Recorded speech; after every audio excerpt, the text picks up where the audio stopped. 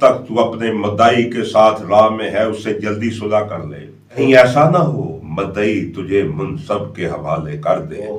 और मुनसब तुझे सिपाही के हवाले कर दे और तू कैद खाते में डाला जाए। मैं तुझसे सच कहता हूं,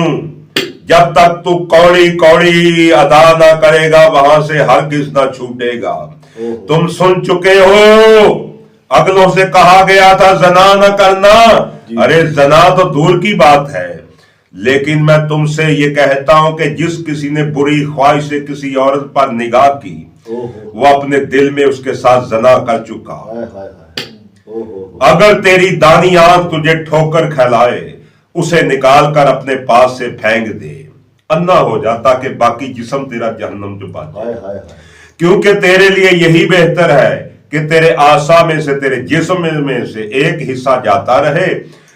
तेरा सारा बदन जहन्नम में न डाला जाए। और अगर तेरा दाना हाथ तुझे ठोकर खिलाता है उसको काट कर टुंडा हो जा, अपने पास से फेंक दे, क्योंकि तेरे लिए यही बेहतर है कि तेरे जिस्म में से एक हिस्सा जाता रहे, तेरा सारा जिस्म जहन्नम में न जल जाए। तुमसे यह भी कहा गया था कि जो कोई अपनी बीवी को छोड़े और उसे तलाक नामा लिख दे,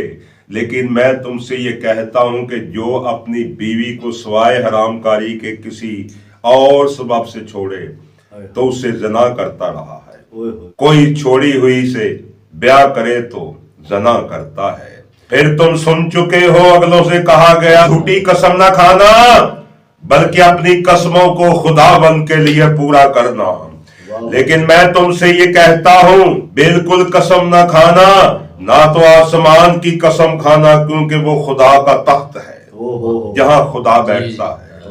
ना जमीन की खाना क्योंकि वो उसके पांव की चौकी है, ना यरूशलेम की क्योंकि वो उस बुजुर्ग बादशाह का शहर है, ना अपने सर की कसम खाना क्योंकि एक बाल को भी सफेद को काला नहीं कर सकता, बल्कि तुम्हारा कलाम हाँ हाँ है या ना नहीं है, क्योंकि जो इससे ज्यादा है वो बदी है।